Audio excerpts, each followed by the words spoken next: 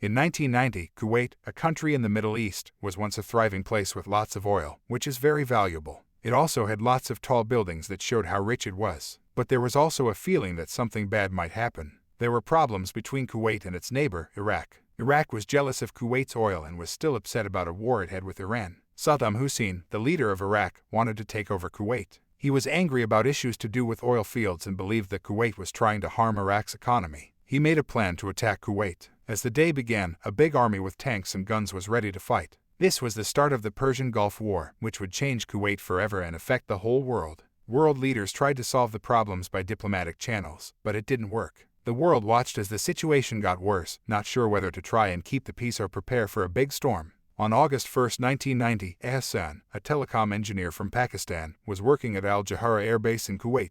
It was a hot day and everyone was aware about the tension between Iraq and Kuwait. But little did he know that his life was about to change. The next day, Hassan was woken up about 3 a.m. by a colleague who was very scared. There were rumors that Iraq had invaded Kuwait. Everyone at the base was scared and confused. They tried to find their commanding officer to tell them what to do. The base was very quiet because everyone knew that a war might start. News of the invasion spread quickly. Iraqi tanks were coming towards Kuwait and the airbase was full of fear. The sky was filled with smoke and everyone was very scared. Hassan quickly packed his things and got ready for the circumstances ahead. The base felt like a scary maze and he didn't know what would happen next. He could hear sirens and explosions in the distance. Hassan wondered how this had happened and what would happen to them. He had never thought that he would be involved in a war. He had always just focused on his work and his friends and family. That morning, the sun rose over the Kuwait Air Base, revealing an invasion by Iraqi forces. The peaceful atmosphere was broken by the sound of tanks and sirens, creating a sense of danger. Hassan, a telecom engineer, was shocked by the sudden attack. People were running around in fear and confusion. Orders were being shouted out, adding to the noise. The airbase, which Hassan knew well, had become a confusing place. Smoke made it hard to see and there was a feeling of uncertainty. Hassan felt scared as he walked through the corridors, hearing his footsteps echo in the empty halls. The smell of burning fuel mixed with fear made it hard to breathe. Outside, the noise of fighter jets and helicopters was very loud. The sky was filled with smoke and there were explosions that shook the ground. Hassan and his colleagues were scared and confused. They relied on each other for support and hoped that their friendship would help them survive the war. The Iraqi forces continued to invade, causing destruction. Buildings were burning and the airbase had become a battlefield. As the invasion went on, Kuwait leadership announced to surrender. At this time, Hassan's friend Ali, who was also from Pakistan, asked him for a wire cutter because he was scared of being caught by the Iraqi army. Hassan gave him the wire cutter, but he didn't know that this would be the last time he might see him. Ali left as the sun was rising and Hassan decided to stay and surrender because the risk of being shot by the Iraqi army was too high while leaving the airbase. As Kuwait was surrendering, Iraqi soldiers arrived in helicopters and blocked the exits of the airbase. The Iraqi forces used signal jammers which stopped the Kuwaiti forces from communicating. They took over important government buildings and soon there were tanks and armored vehicles in the streets of Kuwait. More Iraqi soldiers arrived at the airbase in helicopters. They gathered everyone in an open area and checked their IDs. Hassan had chosen to have his ID photo taken in regular clothes, which turned out to be a good decision because the Iraqi army separated those who had military uniforms in their ID photos. The Iraqi forces then put everyone on buses to take them to Iraq. They first went to Basra and then they were put on a bulletproof train to Baghdad. As the train arrived in Baghdad, there were lots of people watching. They were shouting slogans of victory at the train. Hassan was tired and scared as he was taken to a prison near Baghdad. The prison was crowded and the smell of sweat and fear filled the air, along with the sound of quiet crying and prayers. This reminded everyone of how uncertain and scary their situation was. Hassan looked at the other prisoners, hoping to find someone he knew or something comforting in this scary situation.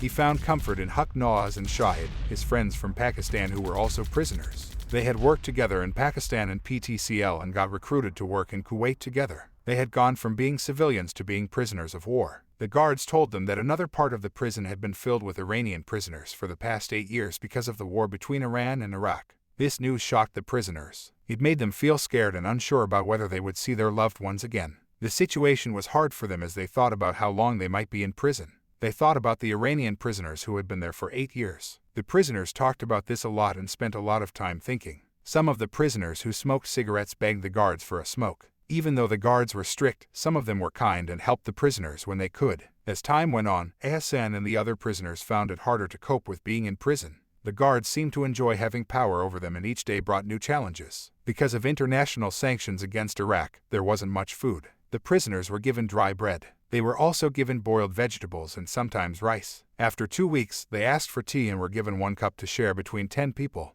The food didn't taste good and didn't give them enough nutrition. Hassan and Shahid managed to eat it, but Haq Nawaz couldn't. The other prisoners ate his food, leaving Haq Nawaz hungry. Over time, Haq Nawaz started losing weight. The heat made them thirsty and they started to lose hope. Hassan and his friends felt very sad and missed their family and home in Pakistan. On the other side, their families didn't know what had happened to them and were trying to find out from the government. They protested against the invasion and hoped for the best. Hassan wondered if he would ever see his family again. He prayed for mercy and deliverance. Hassan, Haq Nawaz, and Shahid became each other's support during this difficult time. They talked about their lives before the invasion and tried to stay hopeful. As time went on, Hassan became weaker and the hot sun made it hard for him. But he didn't give up. He thought about his loved ones and the freedom he used to have. One evening, the prisoners were allowed to shower. This was a nice break from the heat and dirt. Sometimes, new prisoners arrived. This reminded them that the war was affecting a lot of people. Hassan had a picture of his son that he kept in his wallet. One day, another prisoner saw him looking at the picture and asked about it.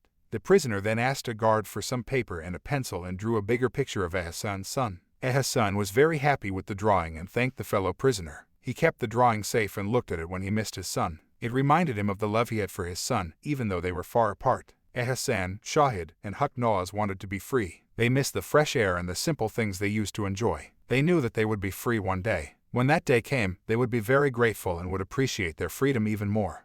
Hassan, Haq Nawaz, and Shahid supported each other in the prison. They talked about their lives before the invasion and tried to stay hopeful. Hassan had a short beard, but as the months passed slowly in the prison, his hair and beard grew long and his clothes became dirty. He kept some Kuwaiti money hidden in his clothes, hoping it might be useful. Haq Nawaz used to be clean-shaved but now had long hair and a beard which completely changed the way he looked. One day, a group of vehicles arrived at the prison. The prisoners were scared as men from the Iraqi army got out of the vehicles. They didn't know what was going to happen. The guards started to call the prisoners out of their cells one by one. Hassan told Haq Nawaz and Shahid to stay calm. The guards checked their IDs and separated those who had military uniforms and their ID photos from those who didn't. Hassan, Haq Nawaz, and Shahid were told to get on a bus. They noticed that most of the other prisoners were also from Pakistan because they were speaking Urdu. They got on the bus, which then left the prison. As the bus drove through the desert, they felt a mix of hope and fear. The buses drove away from the prison in a convoy. The prisoners wondered if they were being taken to be released or to a different prison with better conditions. Hassan, Haq Nawaz, and Shahid noticed road signs pointing towards the airport. They felt excited when they realized the convoy was going to the airport. When they got there, they saw a plane with United Nations markings. Hassan felt hopeful that they might be set free. They heard that the United Nations had made a deal and this made them feel hopeful. They were excited but also a bit unsure. But they chose to believe and felt hopeful. As 189 got on the United Nations plane which was going to Karachi, Pakistan, Hassan felt relieved but also a bit sad for those who were left behind. He thought about his fellow countrymen who were still in prison. He realized that those who were released had been chosen based on their ID pictures. Prisoners whose IDs showed them in military uniform were kept in the prison. This simple act saved his life and he was going to see his family again. As the plane started to move, everyone felt excited and a bit nervous. The plane moved down the runway and then took off. This was a very exciting moment. They felt free as the plane flew up into the sky. As the plane flew towards Karachi, Pakistan, Hassan felt many emotions: relief, happiness, and gratitude for this second chance. He thought about the hard times they had escaped and appreciated the freedom they now had. Hassan held onto the metal cup that he had used for tea in the prison, seeing it as a symbol of their strength.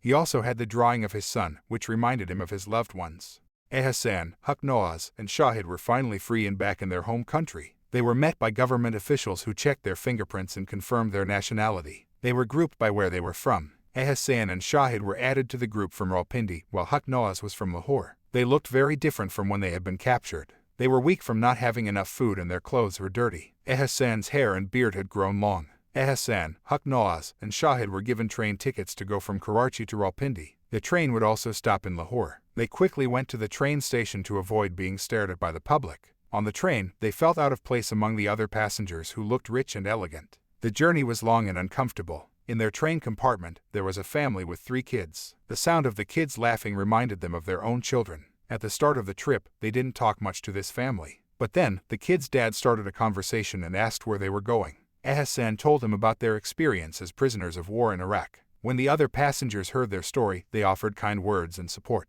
Haq Nawaz couldn't help contain his emotions when the other passengers showed them kindness. They gave them food and drinks and listened to their hardships in prison. The train moved through multiple stations during the night. In Karachi, everyone didn't get an opportunity to call home to inform their families of their freedom, so their families were unaware of their arrival. When the train stopped in Lahore, it was early morning, about 5 a.m. Haq Nawaz got off and said goodbye to his friends. When he arrived home, his wife opened the door and was scared to see him as she didn't recognize him. But when she heard Haq Nawaz's voice, she recognized him and got overwhelmed with joy to see her husband alive and well standing in front of her. Kids got out of their beds to find out what happened this early in the morning and were very happy to see their dad back home safe and well. As the sun was rising and the news of his return was spreading between the friends and neighbors, Haq Nawaz shaved his beard and got ready for breakfast. The train continued on to Rawalpindi. Ahsan and Shahid felt hopeful as they got closer to their destination. When they arrived in Rawalpindi, other passengers offered to help them get home. They said goodbye and thanked them for their kindness. Ahsan had a metal cup and a drawing of his son with him.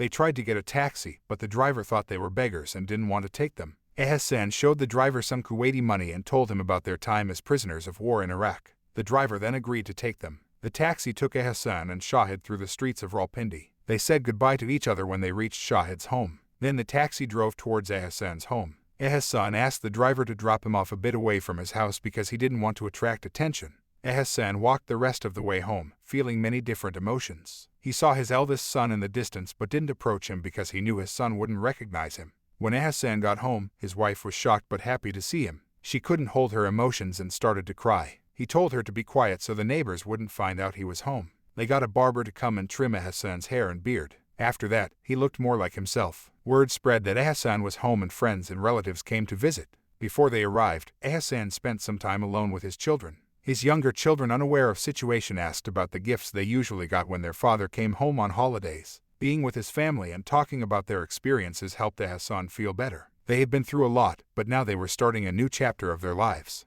Having shed the burden of captivity, Ahsan embarked on a profound quest to rebuild and reclaim his life. The ravages of war had left indelible marks not only on his body but also on his spirit, and he understood that the road to recovery would be lengthy and demanding. However, armed with newfound resilience, he resolved to embrace the opportunities that lay before him. Returning to his homeland in Pakistan, Ahsan found solace in the familiar sights, sounds, and fragrances that had once defined his existence. The vibrant chaos of Rawalpindi's bustling streets warmly welcomed him back into their fold. Within the embrace of family and friends, Ahsan sought solace, their presence acting as a healing balm for the wounds inflicted by war. Their unwavering support and love served as a constant reminder that he was not alone in his struggles, that the bonds of kinship could endure even the harshest of trials. Yet, as Ahsan reintegrated into the rhythms of daily life, he realized that his experiences as a prisoner of war had forever transformed him. The simplicity of mundane tasks took on a newfound significance as he savored the freedom to make choices and pursue his dreams. Time pressed onward, carrying Ahsan along the currents of life. The scars of war had healed, but they served as poignant reminders of his journey. However, Ahsan came to recognize that his story was not solely his own. It was intertwined with the stories of countless others who had endured the hardships of conflict and emerged stronger on the other side.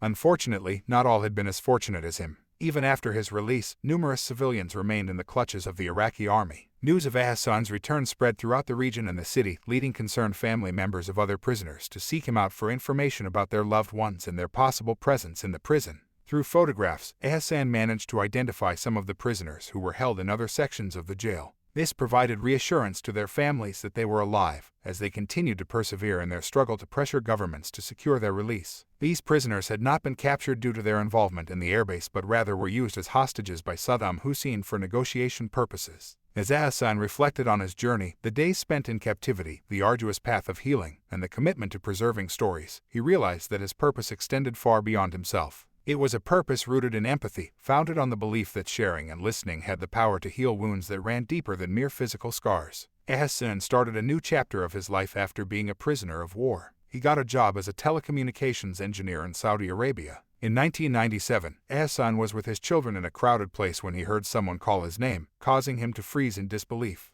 As he looked, it was Ali, the friend who had escaped from the Al-Jahra Airbase using wire cutters. Ali recounted his daring escape from the airbase in Kuwait, where he had cut through the fence and discarded his shirt bearing military logo. He walked through the desert, reaching his home in the city, where he changed clothes and blended in with civilians, ultimately evading capture. They were happy to see each other and talked about what had happened to them. Ahsan thought about how his experiences had changed him and made him stronger. He wanted to help others and work towards peace. As of this story's publication in 2023, Ahsan and Haq Nawaz have reached the age of 70. Remarkably, they remain close friends, staying in regular contact. They've had the privilege of witnessing their children grow and embark on their own journeys in life. They've seen the world change, and they faced it all with big hearts and courage. They've laughed and cried together and supported each other through good times and bad. Looking back, they feel proud that their strong friendship helped them through everything.